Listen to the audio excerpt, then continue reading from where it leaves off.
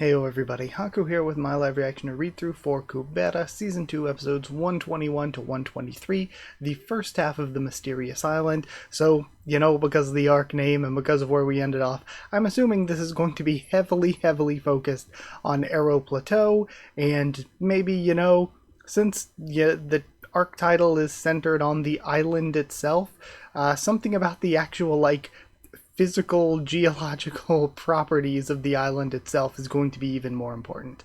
I think that that's something that I loved about the last set of chapters, and the set of chapters before that, like with having the person with the brown hair talking about stuff like Asha and the oracles or whatever, things like that make me think. So it's not like, oh, we've been set up with all these mysteries and now we're just gonna kind of continue to get these big reveals and explain things more as we go throughout the rest of the season.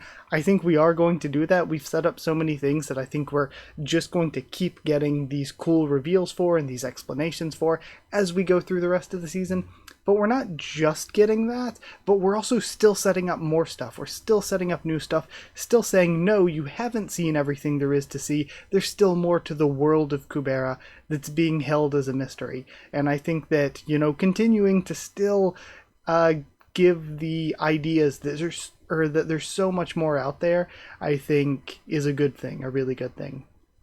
So, yeah, honestly, I was hoping to have recorded this early for once. Finally, I was hoping to finally be recording early. So we're only doing 3 chapters. I have been told that the chapters are kind of wordy, mostly for the next arc, but I still think I'll try to do 3 and 3 and 4 and 4 for now, but we'll just see how things go each week. I would have maybe considered doing more. That's honestly not true. If I would have actually recorded this earlier, I probably would have done ORV early. I would have just gone ahead and done ORV after this. So if I did have extra time today, I would have just done ORV early rather than doing a longer Kubera video. And then maybe if I had done ORV early, I could actually have more time this week to work on manga and anime stuff I've been trying to do for literal years at this point.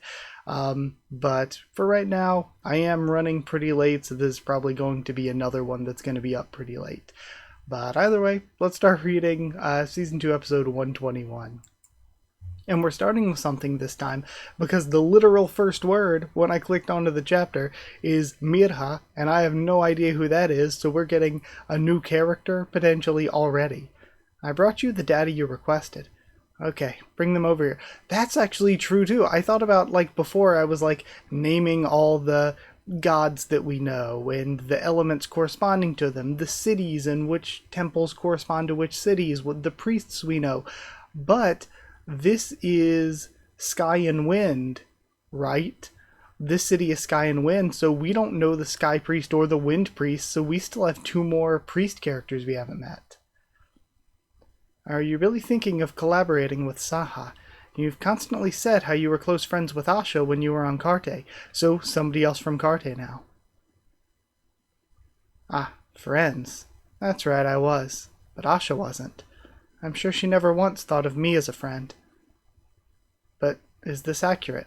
Any chance of it being wrong? I checked 3 times before bringing it to you, so there won't be any errors. Among the people who took the transport ship from Calibloom today, she's the only one who entered under someone's sponsorship without her own identification. We have Lee's highest pure blood and all of the other stuff about her. Really? This is interesting. I feel like they should be more sus that she's a triple Kubera attribute. It's like, oh, we're searching for somebody with the name, and this is the only person who came through that doesn't have the ID, and she just happens to be a triple Kubera attribute. I feel like that is very suspicious. Asha's probably at the Magic Guild, right? And we have possesses the, assuming Golden Knight, stolen from the Temple of Earth. Possesses the Sword of Return after passing the test of the sword in first place. Divine affinity of 0 and transcendental value of 4240 measured during test of the sword. City visitation record, Atera, which was then attacked. Misty Shore, Calibloom, which was then attacked, and now Arrow Plateau. Due to her lack of identification, Ashirahiro has sponsored her from Atera to Era Plateau. Currently has no known family. Something so no known reason supplied as Asha's traveling companion, I'm assuming. Also known. Okay, so it's also no known reason for being Asha's traveling companion. Asha's probably at the Magic Guild, right? So again, extremely suspicious. If you're trying to think of this special person, triple attribute, has 2 god level items, and has visited all the places that were being attacked by the Shura. If anything, you could maybe even further extrapolate out that the Shura are looking for her, because 2 of the last places they attacked were places that she had traveled to in a short amount of time, with the only exception that might throw off that theory being that right now they're located on the outskirts of Rintalo rather than Aero Plateau. Yeah, as far as I'm aware, unless it's a city with a small magic guild like Calibloom, she's always stayed exclusively at residences of the magic guild in other cities. Okay, I see. Then I guess I should get going. Will you be okay? Should I accompany you? No, I'm fine. I'm getting used to my new legs now. It looks like some pretty extraordinary stuff has happened while I wasn't looking. I have to work hard now to make up for that. And now we see a shot of the island itself with the title splash of Mythical Island Part 1. Aero Plateau Magic Shopping District. Sorry, I got distracted. I wanted to check, make sure everything looked fine for all of you. Aero Plateau Magic Shopping District. And then we see Priestess Mirha 1/10 scale figurines in stock. Limited edition poster for first 100 people. Something 3 random, I guess, will be given as a free gift, no refunds. Purchaser? No. Not sure. Age of Peace, Experience of Virtual World, special price 99/9.98. Attack on Atera, Attack on Calibloom. Not even cities are safe any longer. Make a choice that you won't regret for your life and property. Interest rates never go up. And then Creation Brand Mirahorn, Aero Plateau branch. Okay, that's something that I've listed off all these other things. I can't list off the Creation brands. There was Archrum, and there was the first one we learned about that I bet I usually could remember, but now that I'm on the spot, I can't. Was it also something with an M or with an H? For some reason I'm getting those kinds of vibes. Because there was the one we learned about first, and then we learned about Archrum, and now we're seeing Mirahorn. Oh, Miss Rahiro, when did you arrive at Aero Plateau? I got here today. I have a package to send. Would you mind wrapping it for me? Sure. Basic wrapping is 1 silver coin. If it's a gift, we have a new surprise package available for 2 silver coins. If you have a look at this pamphlet, it's not a gift. It's an item that's sensitive to shocks, so I need a good buffer. A buffer? A scarf that's sensitive to shocks. Is it some kind of magical item? She's like, get the creepy skin scarf out of here. Then that'll be 2 silver coins for special wrapping. Where's the destination? So I guess she took it before Lise woke up, maybe? And is like, okay, we're getting rid of this thing. Do you deliver to all cities? Not to Rintalo, since it's currently classified as a danger zone, but all other cities are possible. We can send it straight to Eloth or Calibloom via transport ship, and for Misty Shore, it'll pass through Calibloom by sea. The Guntarvas haven't been active at all lately, so there's no problem sending it all the way to Misty Shore. So we saw before where the Guntarvas were agitated, and now, whatever Guntarva's doing now, he's at peace to the level that the other Guntarvas aren't active at all. But to get to Atera, it would have to be taken on a land route from here. And then, so if you want it to get there quickly, the shipping costs could get very expensive since we would have to hire separate people who can use Hotivayu. The cost is not an issue. Just send it to the furthest place as quickly as you can. Okay, so just trying to make sure that Yuta doesn't end up here, for whatever reason. Aero Plateau Magic Guild.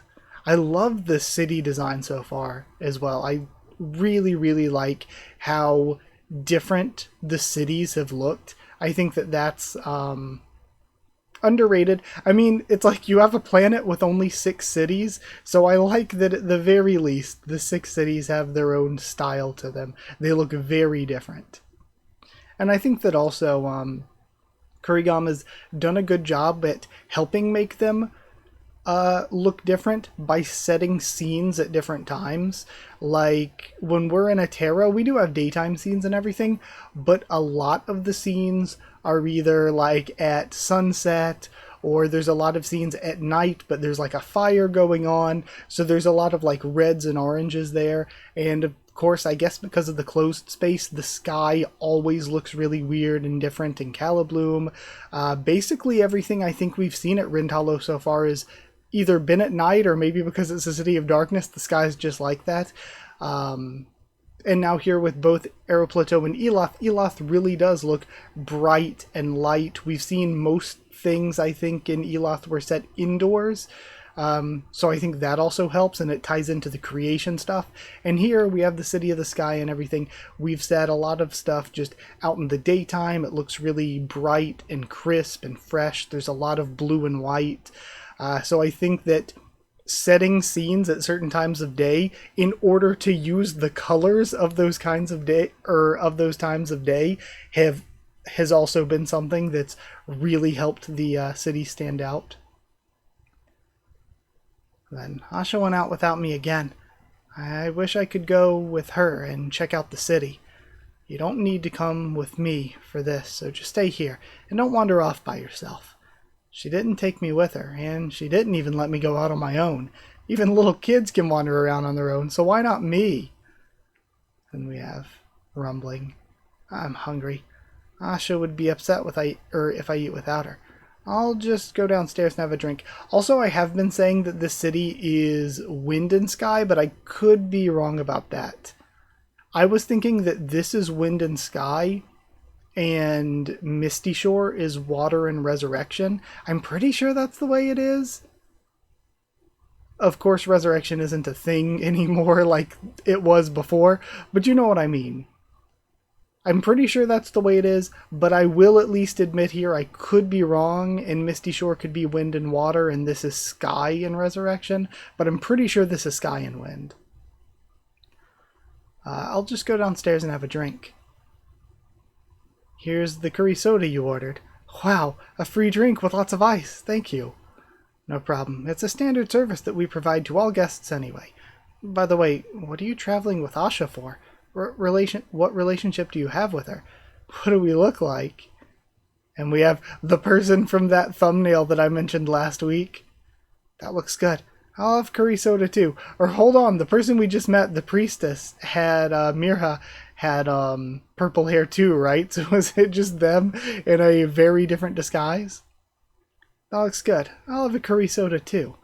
Sure, but if you're not a guest here, you'll have to show your magic license. Here it is, my magic license. Wow, she looks younger than me and she already has her magic license. So cool. And then we have, a Mirha Simon. I don't want people to gather around, so just quietly give me my drink, please. Here's the curry soda you ordered. It feels like so much has happened in this one chapter. Excuse me? The seat over by the window is empty. If you're not with anyone, would you like to sit with me? I wanted to ask you that first. Really? You wanted to sit with me too? Yeah. You don't look like you're with anyone, and you look like you're around my age. So we're already getting along. Doesn't it feel like we could become really good friends? And to be continued. Very good starting chapter. Okay, just making sure there wasn't anything else down there. I don't want to get potentially spoiled by comments or thumbnails. That was a really good chapter to start off an arc.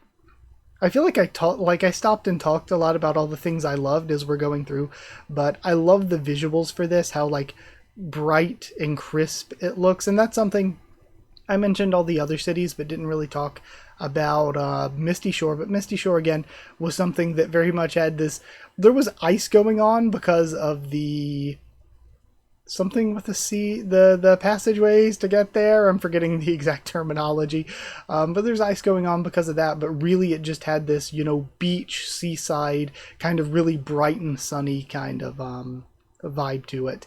But this just really feels, again, like lots of light blues and whites. I like the new characters like Mirha. I love the way the city in general looks, and I'm excited because of the arc title. It feels like we're going to be doing a lot of things here. We're still doing a lot with the plot. Asha is still being extremely sus, trying to get Yuta Scarf as far away as possible. We know he can still make it here, probably, but it would be much easier if he could just warp to his scarf. In order to warp to his scarf, find out it's not actually here, then travel here, would be a real pain that would really tire him out, even if he did do all of that again. So definitely trying to keep Yuta away. For why? It's one of those things where I feel like we have a few dozen chapters left. We still actually kind of have quite a bit left in Season 2. Something that we'll learn along the way. So either way, I yapped about this one a lot. Let's, before we get into the next chapter, go check out the afterword. Afterward this time, I need to translate. Give me 1 second here. Okay. Then we've got new character Mirha. Lise thought the child looked younger than her, but was he really younger? I think it could be another, well, I don't know, do Carte ages work differently or something? Could be a half or a quarter. That would make sense, because again, if they were potentially friends with Asha, and Asha left Carte, I would assume, around the Great Upheaval and everything, because I would assume that's when, cut off from other planets happened. Then they would have to be a little older than Lise at the very least. And I wonder, because we've seen at the very beginning of the series flashbacks with Asha and somebody. I'm wondering if that was Mirha potentially. So there is that. I forget what else I was going to say, but either way.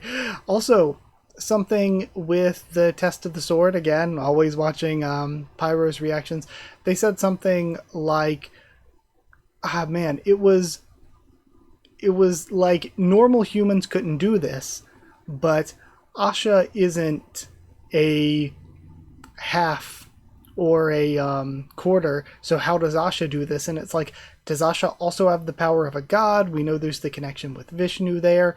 Or is it potentially, now that we're getting Mirha introduced and stuff, is it not just like extra powers from a god that Asha has, but are people from other planets potentially different to the Manusha, the humans of Wilrarv?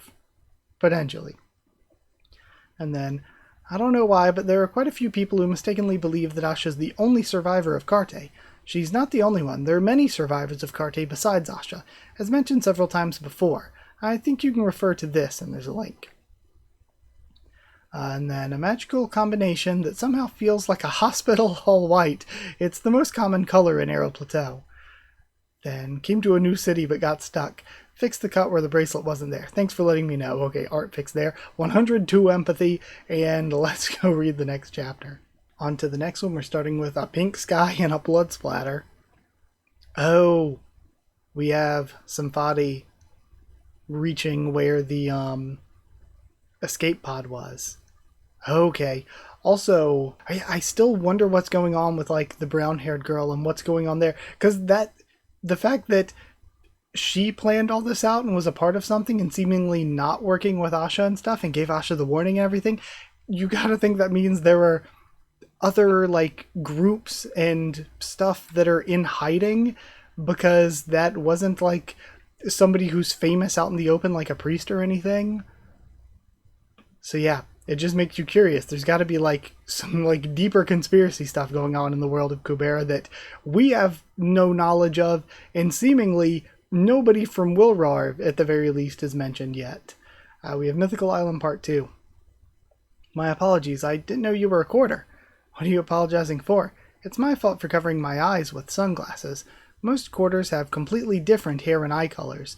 So this is interesting to note. So do regular humans usually have the same hair and eye color? Quarters usually have different hair and eye colors. I mean, they say completely different. So is hair and eye color linked together for minutia for humans in the world of Kubera, where they're usually at the very least similar? They have similar hair and eye colors. So quarters will have like completely, like drastically different hair and eye colors. And then halves, of course, have a Shura part similar to Shuras who have their untransformable Shura part. But why'd you just suddenly start acting all polite just because I'm a quarter? Well, because quarters are twice as old as they look. So you would be almost an aunt to me? God, how can you think of me as an aunt with this face? Forget it. Just treat me like a friend. Can I? I mean, I feel more comfortable with that. There you go. Just treat me like a friend around your age. Okay. A friend. I'm Lee's Highest. What's your name? My name... Mir. Mir. That's a pretty name. Is this your first time here? Really, really bad fake name thinking. Yeah, it's so cool being in a city that's floating in the air. There's so many places that I'd like to go out and see. Then just go out and see them. Why are you staying here? Asha told me not to go out. Why did she tell you that? Maybe she was afraid that I would get lost and not be able to find my way back?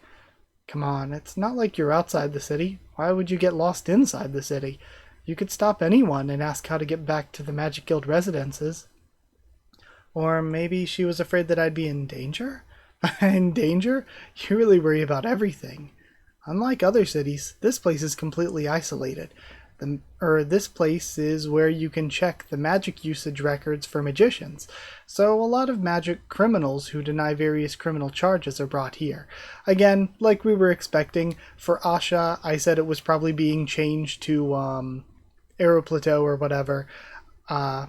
Or maybe it's that the vote was changed to move to Eloth so they could use the system when it was originally supposed to be at Aeroplateau. But either way, the reason that Asha's thing is at Aeroplateau is because if they find out that Asha's guilty, it's probably a hard place to escape from.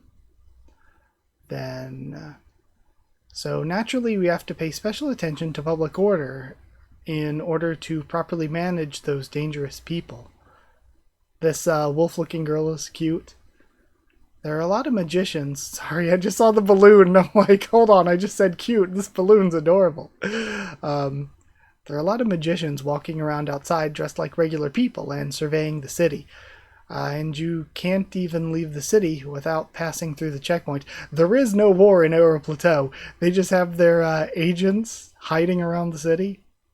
Who would be bold enough to do something dangerous in a city like this? I see, then. I wonder why. Still, Asha must have told me that for my own sake. Is a cage made for a bird's sake?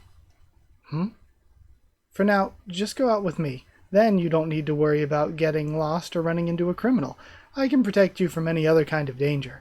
You won't be able to find another bodyguard as reliable as me within this city. But, hey there, what do you think? Could I take this friend around town? Sure, of course, it would be an honor. Miss, just follow her and don't worry. People know her and she's a very capable woman, so you can trust her 100%. You mean him. I'm a very famous magician. Sorry, I was gonna say, is she pretending to be a guy? You heard him.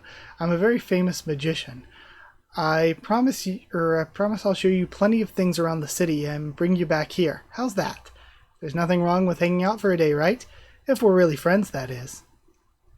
And now, we have some very pretty stuff going on. They're enjoying what seems to be a roller coaster. That's the end of the Flying Dragon ride. The exit's on your right. Please check to make sure you have all your belongings with you. Wow, that was so much fun. Awesome. These kinds of rides are best when you scream at the top of your lungs. It lets out all your stress. What are you going to show me next? Let's hurry. I want to see at least one more thing before the sun sets. There's a giant parfait over there. Want to check it out? Giant. I don't know what it is, but let's go. I'm so excited. And then Mega Giant Parfait, free if you eat it all by yourself. Wow, this is something. This is the first time I've been so full after eating a single serving of ice cream. That wasn't a single serving. Congratulations, you're our 6th successful participant since we've opened. You don't have to pay for the parfait. And this seems like one of those things where Kurigam's going to explain who the previous 5 were, because it feels like all of these little details, whether in the blog or just as like hidden background info, all gets explained. Wow, this is free? What a great place this is. I'm going to take a picture to display in our shop. Get ready, both of you. And we have a picture taken. Very cute. Let's go over there next. Over there. And next. And we just have this ominous place in the middle. Wow, what's this place for? I thought it would be some kind of special building since it looked so tall from far away. Before the Great Upheaval, they used to hold oracle events here. 2 people. Each planet has its own place for receiving oracles, and this is where the planet Willararv received its oracles. We would hear the voice of the gods at the top of this tower. Wow, so at the time people actually met the gods in person? They didn't exactly meet them, they usually just heard their voices. Looking directly at gods in the face was considered blasphemous. Even if you had taken a direct look, you couldn't have even told people what they looked like. Even with the most brilliant artistic talents, you wouldn't be able to draw a proper picture, and your photos would come out all foggy. Do we know this one? This one has to be Sky or... Well, it's not Indra, because I'm pretty sure we saw Indra in one of the shots of all the gods in Season 1. So it's not Indra, which is Sky. So could this be Vayu, which is Wind? And I'm assuming Sky or Wind. I guess it could be Shurya, which is Light. There's kind of some wind vibes here, some light vibes going on. It's not creation because in the bonus chapter we had... Speaking of that, are there any more bonus chapters I need to read? In the last bonus chapter, we had Brahma, and Brahma had pink hair, right? Then it's not Agni, we know that much. I would doubt that it is Shiva. Though I guess it could be, but I doubt it's Shiva, and it's not going to be Marut or the other replacement Asvins. We have seen... we've seen Vishnu, so it's not him. Then, who else am I missing? Could be Varuna, but they don't look very watery to me, so I'm thinking they're not Varuna. Also, we may or... Like, I don't really remember the Season 1 shots of the gods we saw that well, so we may or may not have seen Varuna, but I don't recall. And then, what else is left? Doesn't look like Chandra to me. Definitely not Kali. I wouldn't think darkness, and we've already seen what Kali looks like. And then, is that everyone? Nah, I'm assuming there's 2 more that we're missing. There's Earth. We know it's not Kubera. And then I'm missing whichever one is with darkness at Rindhalo. Death. It's not Yama. We saw Yama in Season 1. Okay. So there are some pictures. So I guess that narrows it down where I think since we are talking about Arrow Plateau, this is probably Vayu, but it could be Shurya. Or it could be none of them, and we're just supposed to take it as a general thing. But again, with the way Kubera works, with the way Kurigam works, with the way things have worked in the series so far, I'm assuming it's one of the actual gods. So there are some pictures like this that give an idea of what they look like, but there isn't a single picture that's detailed enough for you to be able to recognize any of the gods even if you saw them. Meanwhile, Agni. That's why gods were able to hide their identity with a simple disguise and wander around in the human world. I see. That's amazing. Even if I were an expert artist, I couldn't draw a recognizable picture of Agni's face. And then she turns. Wait. God of Earth Kubera. Is she finally going to put 2 and 2 together or something? Wears a golden cloak over golden armor and uses a spear as his main weapon. During the day, his hair color changes to gray, and at night it turns gold. And we have her looking at the artist interpretation. Is she finally going to get it? Or is she going to be like, nah, there must have been a reason. She's like, can't be. Must have been a reason that guy did things to look like Kubera. The way she is, just constantly giving people the pass.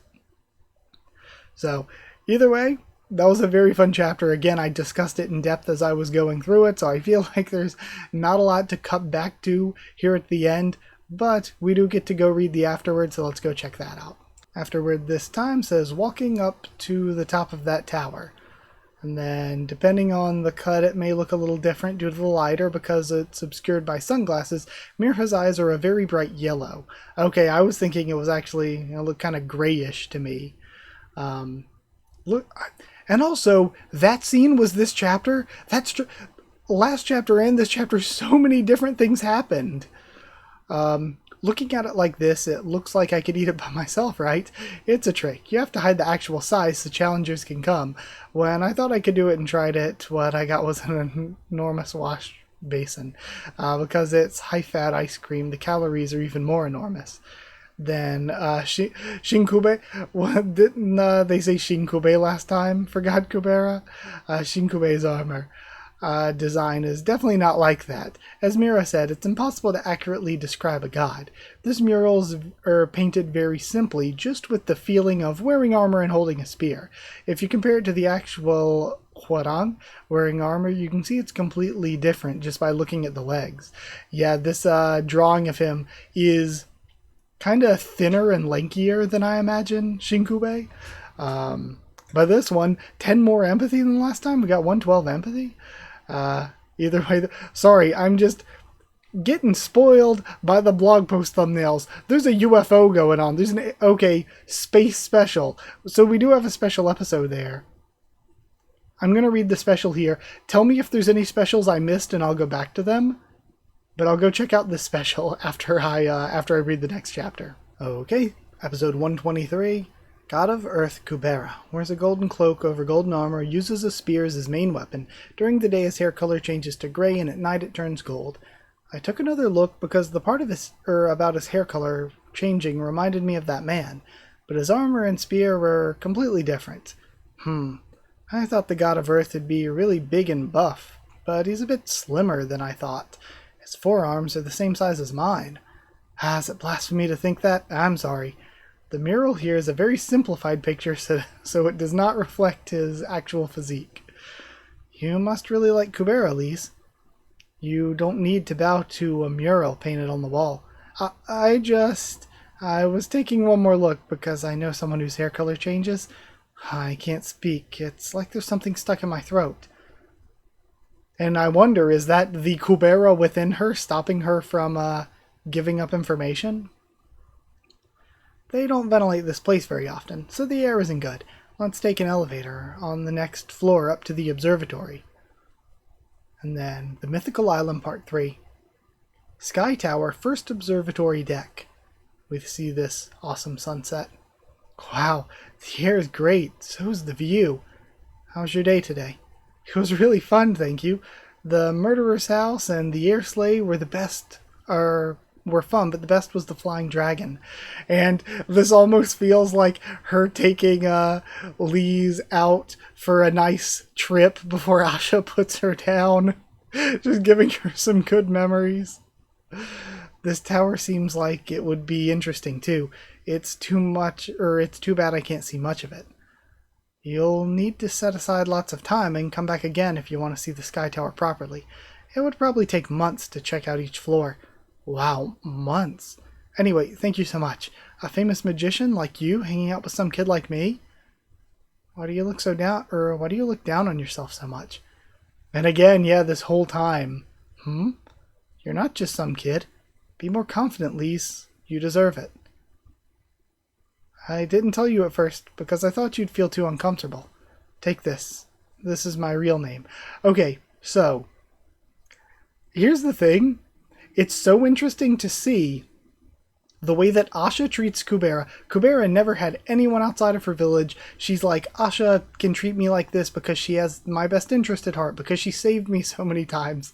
And yet, the way that Asha treats Lise compared to just meeting Gandharva and how Gandharva treated Lise, just happening to meet Agni, the way that Agni treated Lise, happening to meet Ron, the way Ron treats her, happening now to meet Mirha and the way that Mirha treats her. It's like so many of these other characters and their treatment upon just meeting Lise is so different. And I almost want to say, oh, is that a theme? But then maybe not, because Yuta also tries to treat Lise well, but his Asha levels of questionable treatment of Lee's. Then there's, Yuta's kind of on the Asha level of questionable treatment, where saved and has good intentions sometimes, but also sometimes not so great intentions and not so great treatment. And then also there's people like, it felt to me personally, I mean, Claude literally cast a death spell when he first met her. It felt to me like Sierra wasn't the biggest fan. Lutz, again, didn't really have too much of an interact. Lutz and Teo both, I don't remember having much of an interaction whatsoever with Lee's. Zard and Clary, I don't remember being too high on Lee's. Par was at least friendly. There's at least another friendly person. So I guess really, it's not like a theme, because Lee's interactions have been quite hit and miss. But there are people who have just been kind to Lee's out of nowhere, and it's pretty shocking after the day-to-day treatment by Asha. I didn't tell you at first because I thought you'd feel too uncomfortable. Take this. This is my real name. Priestess, Aeroplateau Temple of Wind. Priestess Mirha Simon. Present this business card, something, temple entrance, or to meet with me in person, I guess. I should be more polite to you again. See, this is why I didn't tell you. We can't be friends if you act too polite. I won't be too polite. I don't like to be polite. But why would you give up your time like this when you're a priestess? I originally went there because I had something to say to Asha, but then I happened to meet you first. I already sort of knew about you from seeing your profile, but when I saw you in person, I really wanted to be your friend. I guess I had a good feeling about you because you reminded me of my old self. Your personality and behavior, I mean. So this is the previous Lee's, the previous target of Asha's treatment, meeting the new Lee's. Is that a compliment? Thanks. But that behavior doesn't always please everyone. People think according to their own standards. I would never be able to smile like that if it were me. How can you smile in a situation like this? Aren't you sad? Don't you think for yourself? Are you really that carefree? Doubts turn into misunderstandings, and eventually it starts to seem like the truth, so it drives us apart from each other. How can you smile even after going through that? Huh? Doesn't this mean anything to you? Is it so insignificant that you can just laugh it off like that? So I'm assuming, is this Asha talking to her then? But crying or getting angry won't solve it, you know, so I should just try to smile and cheer up. That's because your dad is alive. That's why you can smile like that. That's why you can shine so bright. You should have ended up like me, too.